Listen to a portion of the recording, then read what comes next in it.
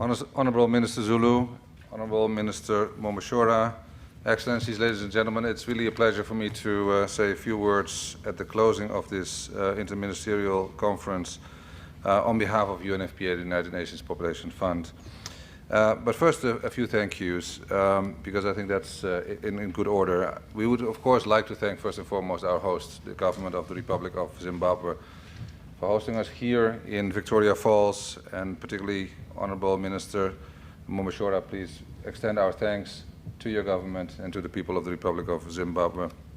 Also, of course, a heartfelt thanks to PPD, through you, Madam Chair, Minister Zulu and your team in South Africa, but also, of course, the office in Dhaka, Bangladesh, for the work that they've done in the preparation of this important interministerial conference here in Zimbabwe. But also to my colleagues in UNFPA, both in the country office under the leadership of our representative, our colleagues in the office in South Africa, in the regional office for Eastern and Southern Africa, and of course my colleagues also in the Intercountry Cooperation office in New York. I want to thank them because, you know, a lot of preparations are going into these kind of conferences, and a lot of that is going behind the scenes that you don't know, but they are very important. And so it's no small feat to bring people together from different countries and different continents in a place like this, but you've done it and you pulled it off. So thank you so much for doing that. I think we had very fruitful exchanges on the successes achieved, as well as some of the challenges and the gaps still there that PPD countries face in implementing the ICPD program of action. I think we can all agree that while significant progress has been made in our countries, there's still a substantial unfinished agenda in ensuring that everyone has access to sexual and reproductive health and rights, that new population and development challenges are being addressed, and that, of course, we leave in the process no one behind. The cost of inaction, as Letitia also mentioned in her intervention, and of not achieving the ICPD goals and aspirations will be huge. And that is something we can simply not afford. Let us not forget that the ICPD agenda is at the heart of Agenda 2030. And without the ICPD, we will not achieve the SDGs.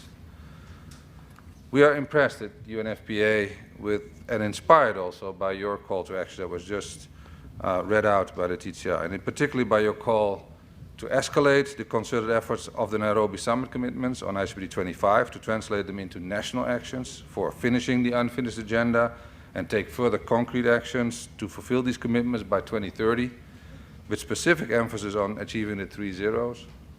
By your call to increase domestic financing for SRHR, by your encouragement to strengthen SSTC with more emphasis on the operationalization and institutionalization of SSTC in the member countries, including with specific budgets for it.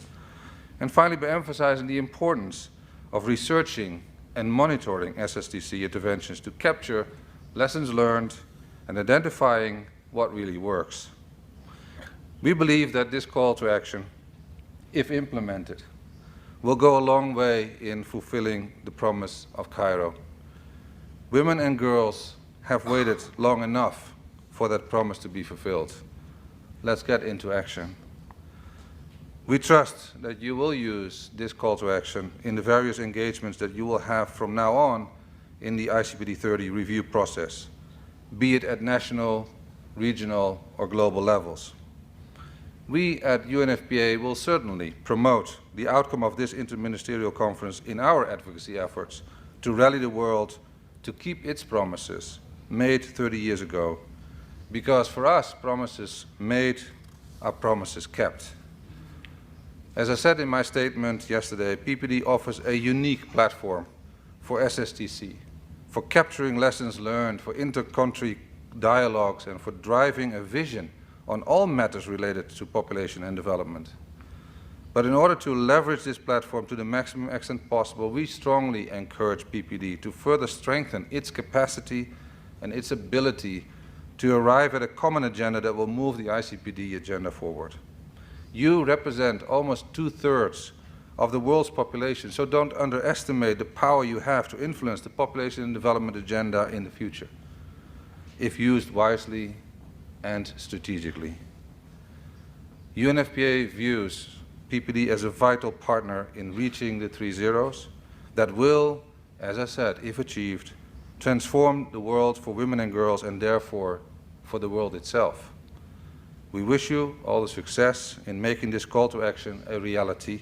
We at UNFPA stand ready to extend our support to the best of our abilities, and I thank you.